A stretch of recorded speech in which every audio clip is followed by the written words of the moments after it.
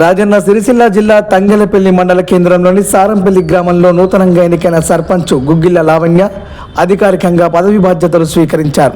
ఈ సందర్భంగా దైవసాక్షిగా ప్రమాణం చేసి ఆమె గ్రామాభివృద్ధికి తన వంతు పూర్తి సహకారం అందిస్తానని తెలిపారు. సారంపల్లి గ్రామాన్ని అభివృద్ధి దిశగా ముందుకు తీసుకెళ్తామని గ్రామ ప్రజలకు హామీ ఇచ్చారు.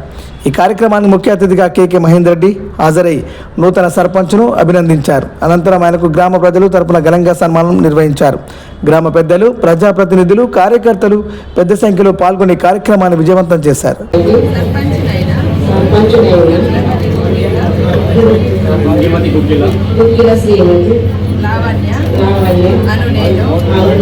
శాసనం ద్వారా ఏర్పాటు చేయబడిన భారత రాజ్యాంగం పట్ల నిజమైన నమ్మకం మరియు విధేయత కలిగి ఉండి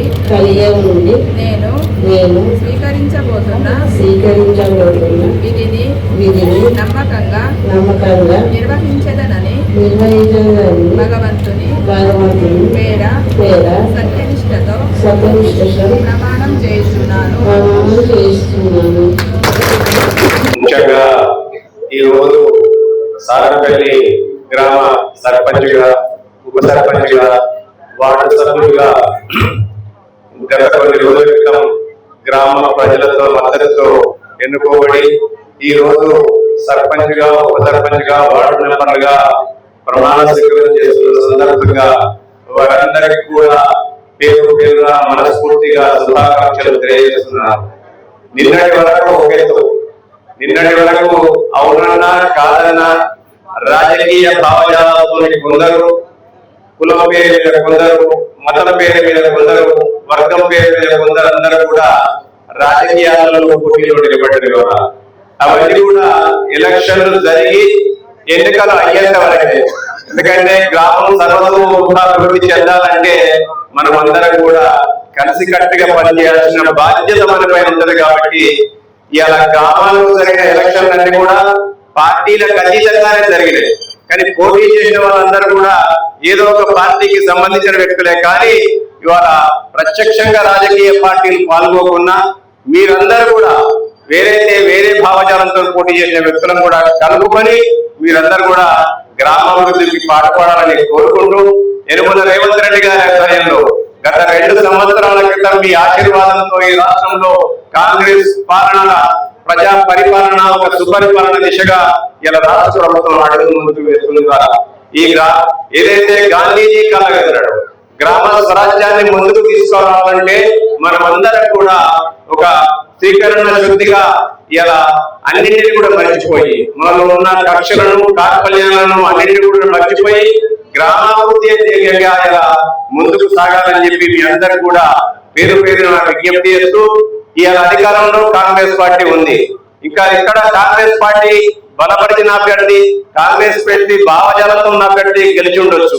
కానీ ఎక్కడ ఎవరు గెలిచినా ప్రభుత్వాలకి వాళ్ళ పార్టీలతో పండేది గెలిచిన తర్వాత ఆ ఆయా గ్రామాల్లో గెలిచిన సర్పంచులకు అందరికీ కూడా నా వంతు కృషిగా నేను అండదండగా ఉండి ఈ గ్రామం యొక్క సర్వతోముఖ అభివృద్ధికి పాటుపడతానని, మీకు ఎల్లవేళలా చేదోడు వాదోడుగా ఉంటానని, ఏదైతే ఈ రాష్ట్రంలో మీ అందరి దీవెనతోని 2 సంవత్సరాల క్రితం ఒక ప్రజాస్వామిక పరిపాలన, ఒక ప్రజా పరిపాలన వచ్చిందో ఆ పరిపాలనలో భాగంగానే ఇవాళ 1 కోటి మంది మహిళలను కోటీశ్వరులను చేసే దిశగా యనమల రేవంత్ రెడ్డి గారి ప్రభుత్వం అనేకమైన పథకాలను తీసుకొచ్చింది. ఇవాళ ఎక్కడ లేని విధంగా దేశంలోనే అడిగిందే తడుగా ప్రతి పేదవాడికి కూడా ఇల్లు లేకుండా ఉండకూడదని చెప్పి ఇందిరమ్మ ఇళ్ళని ఇచ్చిన వైనాన్ని మనం అందరం కూడా చూసినాం. గత ప్రభుత్వాలను చూసినాం. డబుల్ బెడ్రూమ్ ఇస్తా అని చెప్పి డబ్బా మాట అని చెప్పి ఎక్కడ కూడా ఇచ్చిన పాపాన పోలే. కానీ అడిగిందే తడవుగా, అడిగినా అడగకున్నా ఇందిరమ్మని ప్రతి గ్రామాన కూడా ఇందిరమ్మ ఇళ్ళని ఇచ్చినాం. అదే మాదిరిగా 9.5 సంవత్సరాల కాలంలో ఎప్పుడు కూడా రేషన్ కార్డులు ఇచ్చిన పాపాన పోలే. మనం అందరికి కూడా ప్రతి ఒక్కరికి ఇవాళ రేషన్ కార్డును కూడా ఇచ్చిన ఘనత యనుమల రేవంత్ రెడ్డి గారికి దక్కింది ఇవాళ. అదే మాదిరిగా 2 లక్షల రూపాయల రుణమాఫీ చేస్తామని చెప్పి ప్రతి ఒక్కరికి కూడా 2 లక్షల రుణమాఫీ కూడా చేయడం జరిగింది. మహిళలకు ఉచిత బస్సు ప్రయాణం, 200 యూనిట్ల వరకు కరెంటు ఫ్రీ, అదే మాదిరిగా 500 రూపాయలకే గ్యాస్ సిలిండర్.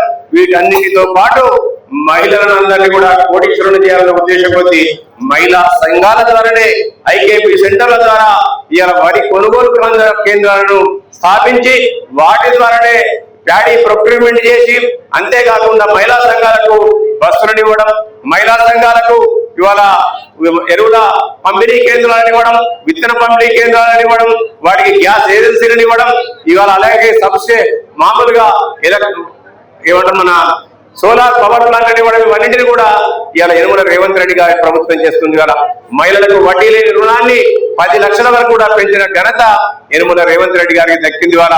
అంతేకాకుండా ఈ రాష్ట్రంలో ఎంతో మంది నిరుద్యోగులు 10 సంవత్సరాల పాటు ఉద్యోగాలు లేక అటు ఇటు అల్లాడుతుంటే ఈ ప్రభుత్వం అధికారులకు వచ్చిన వెంటనే ఇంచుమించు ఈ 2 నెలల కాలంలో 1,10,000 ఉద్యోగాలు కూడా ఇవ్వడం జరిగింది.